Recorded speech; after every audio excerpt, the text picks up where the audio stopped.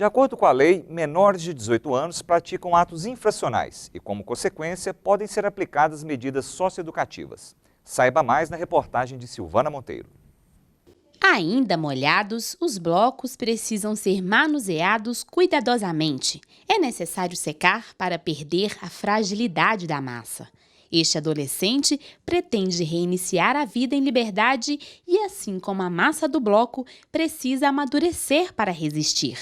Ele cumpre medida socioeducativa e está às vésperas de deixar o centro socioeducativo, onde refletiu sobre os motivos que o levaram a cometer atos infracionais. Um pouco de falta de responsabilidade, né? E como eu já estou no socioeducativo pela segunda vez, devia ter aproveitado as oportunidades que teve, que não foram bem aproveitadas, mas eu acho que também faltou uma parte aí do serviço, né, que era uma área que ia ajudar muito antes da minha segunda medida. Aí eu não consegui alcançar, né, esse ponto do trabalho, e agora já na segunda medida eu consegui alcançar esse ponto do trabalho. O Estatuto da Criança e do Adolescente, no artigo 112, prevê como medidas socioeducativas advertência, reparação de danos, prestação de serviços à comunidade, liberdade assistida, inserção em semiliberdade e internação.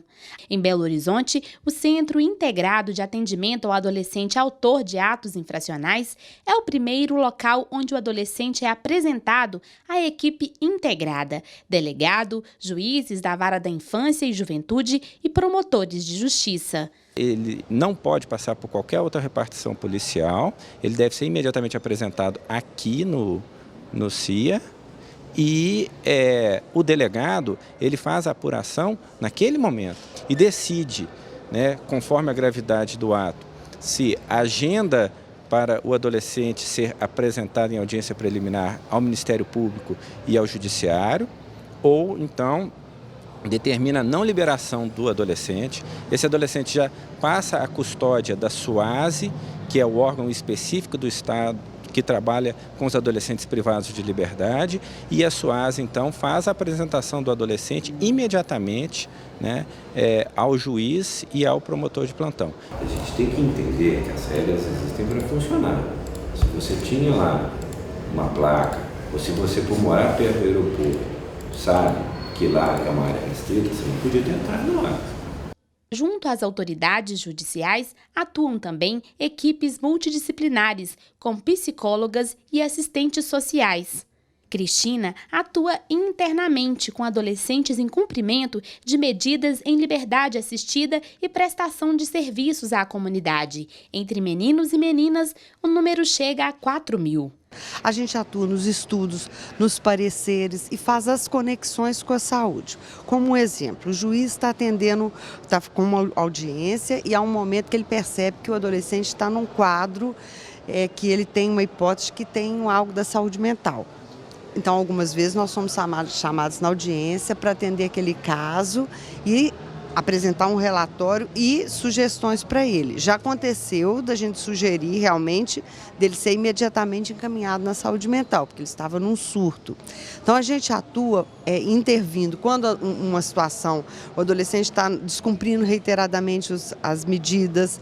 Então qual que é o nosso parecer com relação àquele adolescente, àquela família, por que é que ele não está cumprindo as medidas? Há também o setor destinado ao acompanhamento de adolescentes em medidas de internação nas 16 unidades existentes em Belo Horizonte. As unidades elas têm equipes interdisciplinares responsáveis pelo acompanhamento dos adolescentes lá dentro. Eles encaminham o plano individual de atendimento de cada adolescente, como está previsto no SINASE, e encaminham relatórios trimestrais para os processos. A partir desses documentos, o juiz levanta demandas para a nossa equipe. Ele pode ter dúvidas em relação ao plano individual de atendimento, ele pode ter dúvidas relativas às sugestões da equipe da unidade. Nós hoje acompanhamos em torno de 600 e pouco adolescentes que estão nas unidades. O magistrado destaca o caráter de responsabilização imediata e o dinamismo do Centro Integrado de Atendimento ao Adolescente Autor de Ato Infracional. É, de fato, a unidade mais dinâmica do Estado. Nós temos um índice de responsabilização de adolescentes que eu considero muito maior do que o índice de aplicação de penas, né, de caráter punitivo nos adultos. Né? Atendemos 10 mil adolescentes por ano e a maioria deles, né, em havendo a responsabilização via remissão ou via sentença, né, cumprem as medidas socioeducativas sobre o nosso acompanhamento.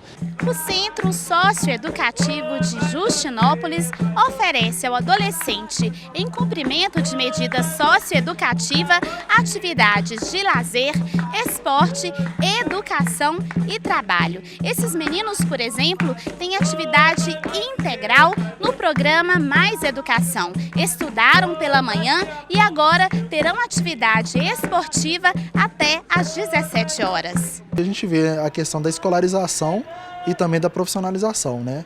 São temas que ajudam o adolescente, né, a inserir no mercado de trabalho, né? Quando a saída deles aqui, a gente faz também alguns encaminhamentos para emprego e quando o adolescente sai, algumas vezes ele já sai trabalhando já, o que facilita mais a mudança de vida dele. A internação do adolescente é limitada a no máximo 3 anos, permitida em último caso, quando todos os esforços à sua reeducação foram utilizados, sem o retorno positivo esperado. K entrou para o sistema socioeducativo depois de abandonar a escola, antes de concluir o ensino fundamental e agora já completou o ensino médio.